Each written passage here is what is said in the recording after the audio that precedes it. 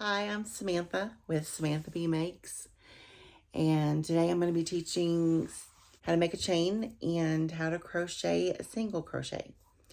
We'll be learning some terms like yarn over and turning chain, some things that you'll see in patterns. Get a ball of yarn and a crochet hook and a little pair of scissors and yarn needle, and that's about all you'll need. So, all right, follow me. So to start with, I'm going to show you how to make a slip knot. I start mine like this by making a little, like laying that over like that. And then I take this piece and come up under it and then pull it tight. That's how that happens. So basically what I just did was I crossed this over. Oops, wrong way. Cross this over. Okay. And then this one on top. And then came through. It looks like that. And then I just pulled it tight. Okay, an easier way, and this is how I showed my goddaughter how to do it, was twice around the index finger, and you jump over the first string, and then you jump off the end. And when you pull the short string and slide it off, you'll have a slip knot. We'll start here. So everything crochet starts with a slip knot. That's how you get your starting chain started. So chaining in a pattern will have the abbreviation CH. So to start chaining, you will do what is called yarn over, which has the abbreviation YO. So you'll go yarn over, pull through. Oh, we didn't go over how to hold the hook and all that jazz. My bad. Okay, we'll leave our slip knot to the side.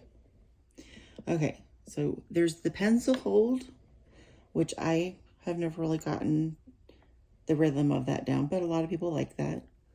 Or there is the knife hold. So with the knife hold, you would lay it in your hand and your thumb would go on the flat part.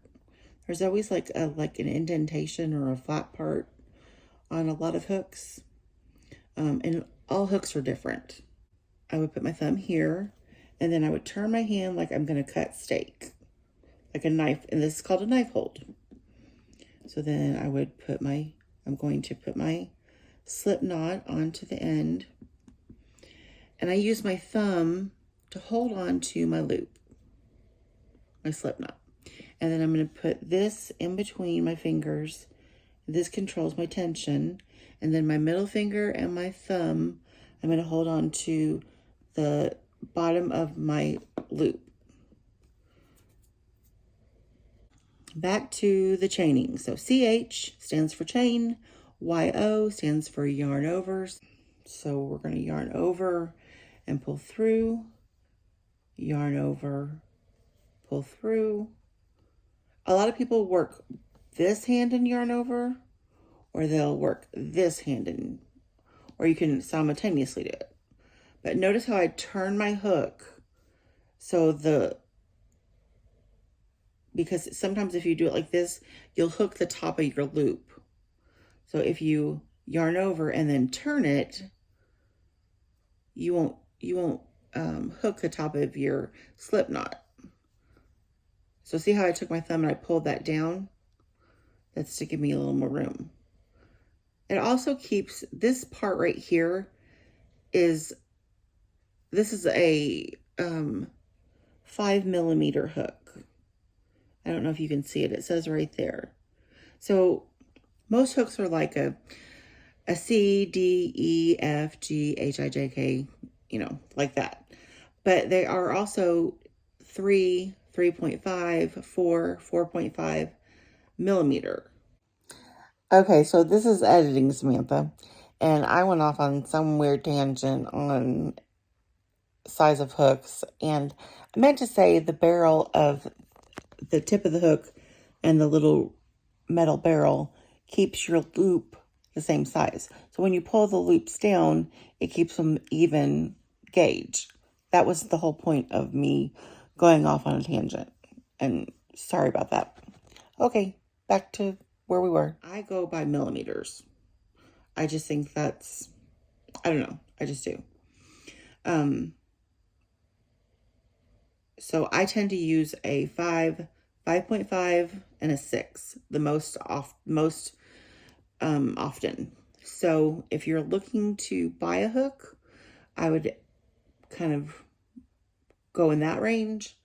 I have a link in the description below for a starter hook set and on Amazon. This is what I got my goddaughter to start with. Anyways, let's back to training. I get off topic, sorry. Okay, so 1, 2, 3, 4, 5, 6, 7, 8, 9, 10. Okay, so I keep wanting to call it a recipe. In a pattern, it'll say chain 20 plus 1. Well, the plus 1 is your turning chain. So a plus 1 is a single crochet turning chain. We're going to go turn around and we're going to go in. We can't go into this one because that's where our yarn's coming out of. But we can go into this next one. So we're going to go into this chain and we're going to yarn over and pull through. Now we have 2 on the hook. And see how loose my tension is? I don't have everything like really tight on my hook because I want to be able to get through it when on the next go round. Then you're going to yarn over and pull through 2. That is a single crochet. Now to mark your first spot, you can take a stitch marker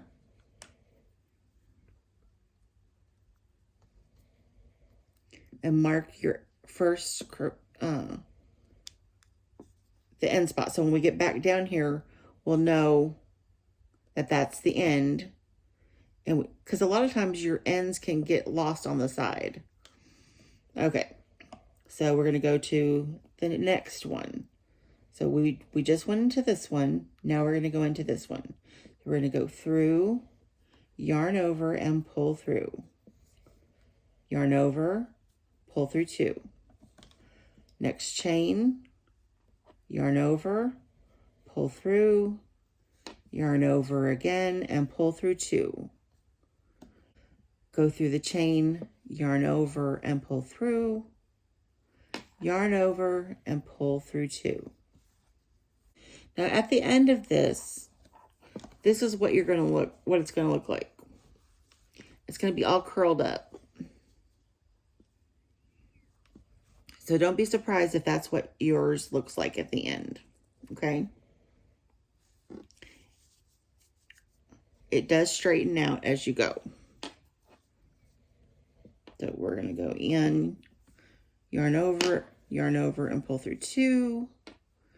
Go through the chain, yarn over, pull through, yarn over, and pull through 2.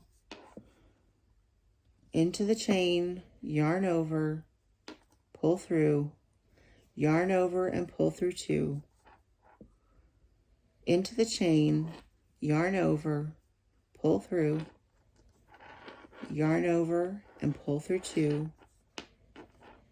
Into the chain, yarn over, pull through, yarn over, and pull through 2. And we're on our last chain. We're going to go in, yarn over, pull through, yarn over, and pull through 2. Now, we need to turn this. We always work from right to left. So we just got done working from this end to this end. So now we need to flip it. So I got a chain 1. That's my turning chain. That gets me up to the height I need to be for the next row. So I'm going to turn it. Now see how I'm already up. I'm going to lay this down.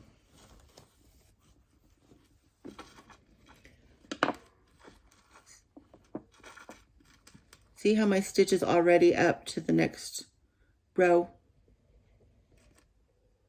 See, there we go. Okay.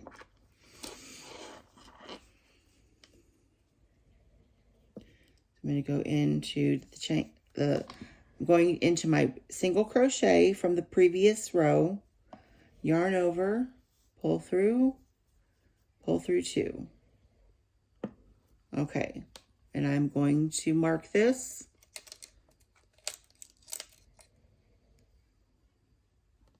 With a stitch marker.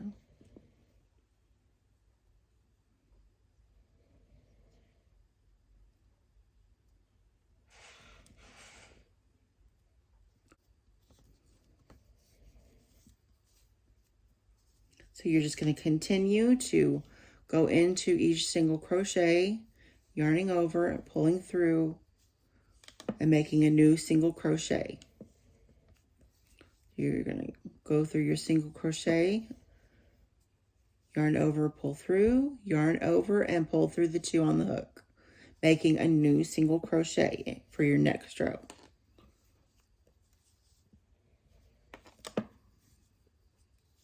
Okay, so we're just going to keep doing this.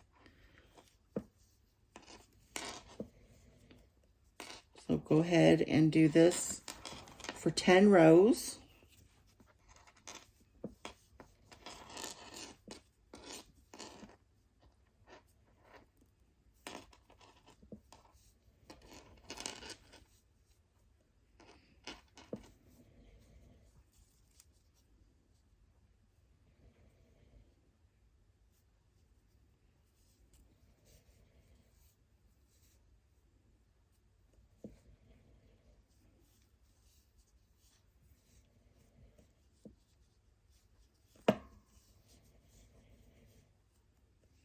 And I'll just work with you as we get through this together. And make sure you're pulling plenty of yarn. So you want to have like a little pile of yarn next to you. If you don't, you have your ball or your skein will be controlling your tension. So make sure you're pulling enough yarn off to the side that you control your tension with your fingers. In the beginning, it is really a good idea to use stitch markers. And I think with big projects, it's a good idea to use stitch markers. I'm working on a single crochet blanket for my husband. He wants it to be warm, and he doesn't want there to be any holes in it. Like, with double crochet, sometimes there's little holes where your toes might go through. I'm so excited to teach you how to do these stitches. There's a project I want to work up to. Okay, so I did my turning chain. I'm going to turn it. Let me go into my first one. Granny squares are getting to be really popular right now, like with clothing and bags and all kinds of stuff. And I would love to do that with y'all. I've got one in progress right now.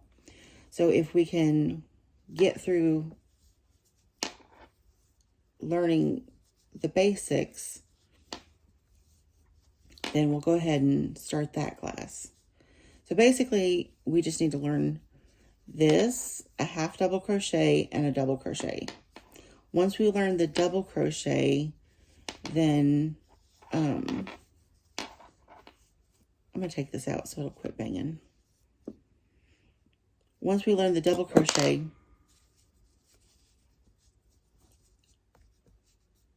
I can teach you how to do the granny squares.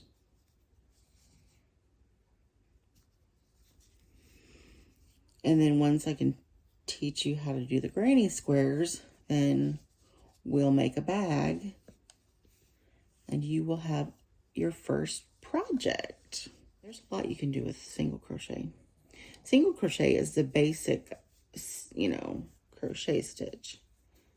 It is the foundation of which all other stitches are formed from. How many did I say we were going to do? 10? I've already forgotten. Okay. So how do you count your rows? What if you get lost and you're not keeping track? Because that is basically the story of my life. I'm a lot ADD. I took medicine for it when I worked because it was hard to do my job as a teacher, cosmetology teacher, without taking medication. But now that I stay home, I don't take it anymore. And it is a little harder to concentrate. I feel more creative off of it.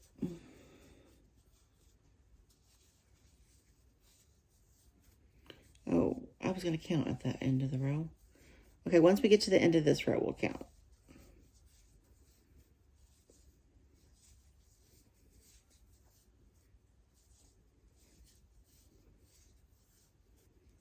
Okay, so last hole here. Okay, so let's spread this out. All right, so see how, I'm gonna bring you down. See how there's like a line right here and a line right there?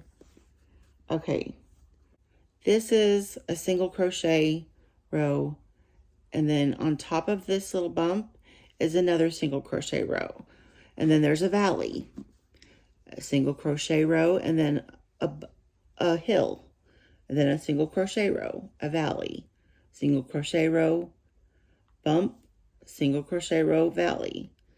So there's 2 right here, 2 here, 2 here, and 2 here. So we have 8 rows. Do you see that? What I'm showing you? So let me get my turning chain 1, and we'll turn. There we go.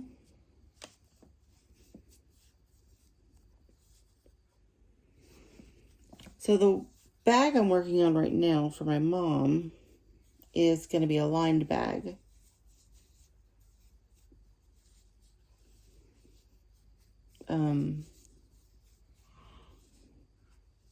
She's seen me working on it, so it's not a surprise anymore.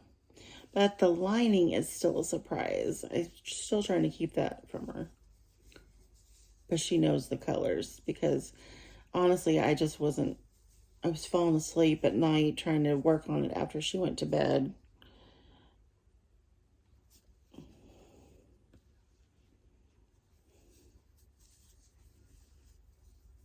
Okay, so there's 9. This is our last row.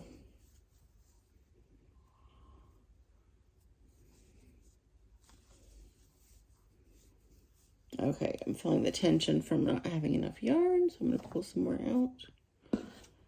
Okay.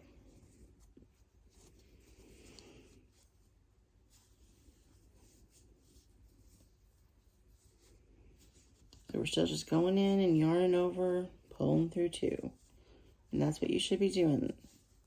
It's easy to get turned around. Like sometimes you'll go into a stitch twice. And what that will do is make that row wider. And sometimes you can skip a row or skip a stitch, and that will make your row more narrow.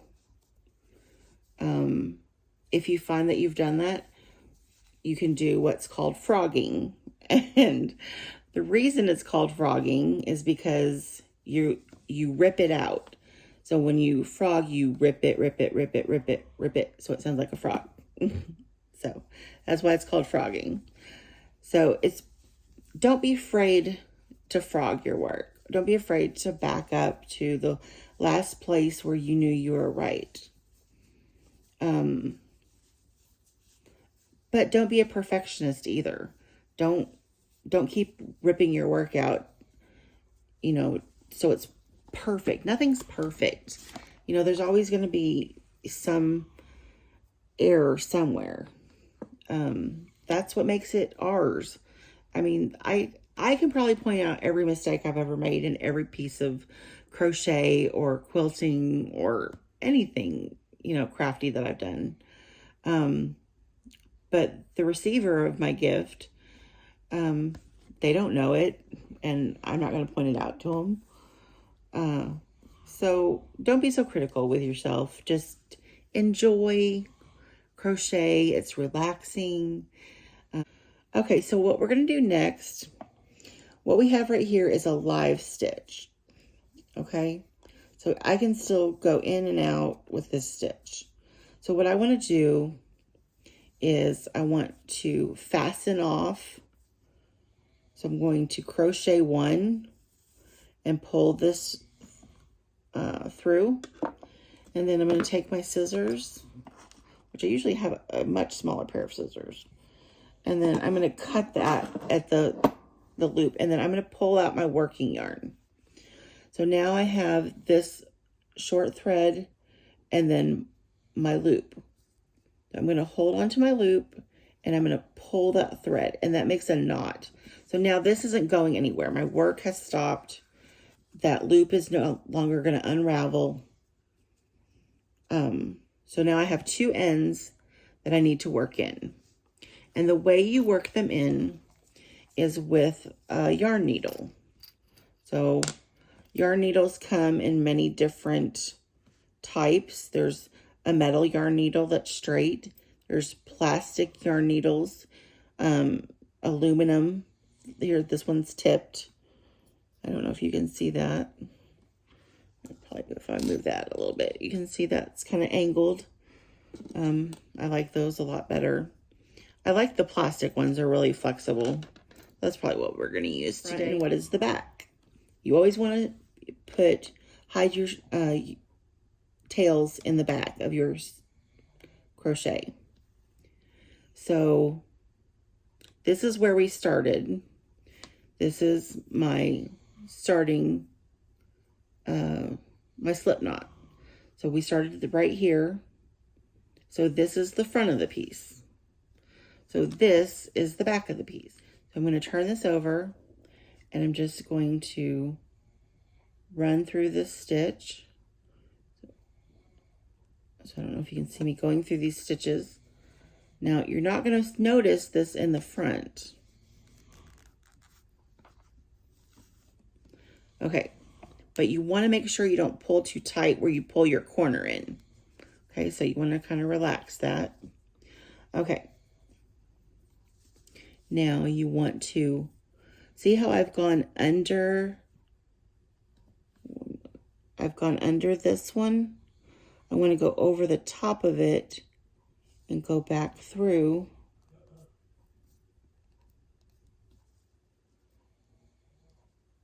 There we go.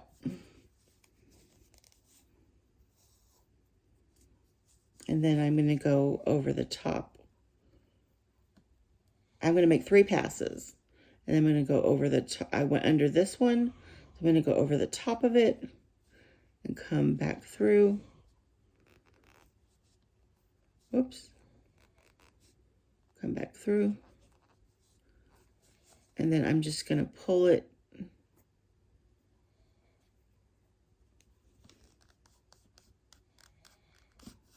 all the way through. Now I'm just going to kind of stretch it.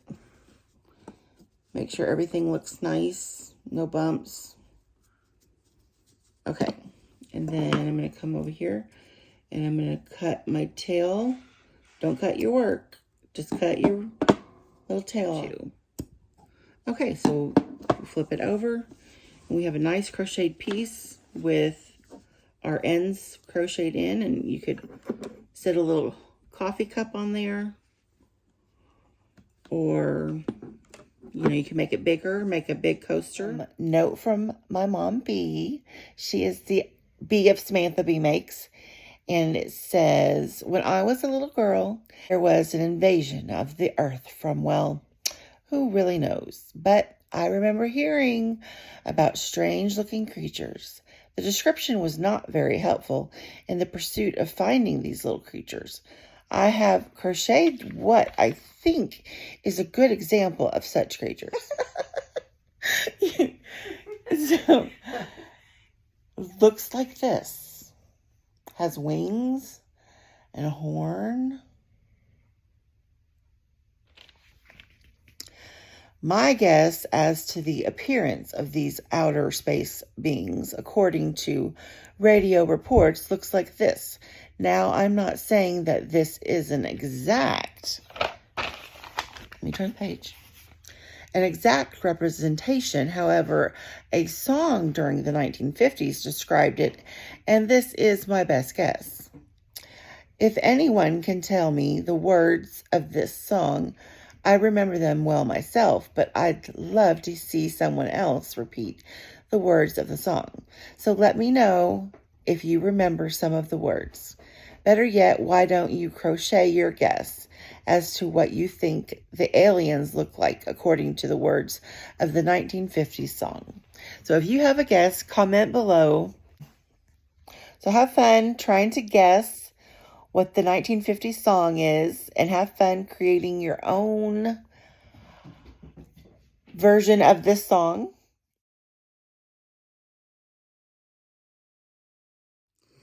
Thanks for watching, and if you'd like to see more, please like, share, subscribe, and comment, and hit the notification bell. Have a good day.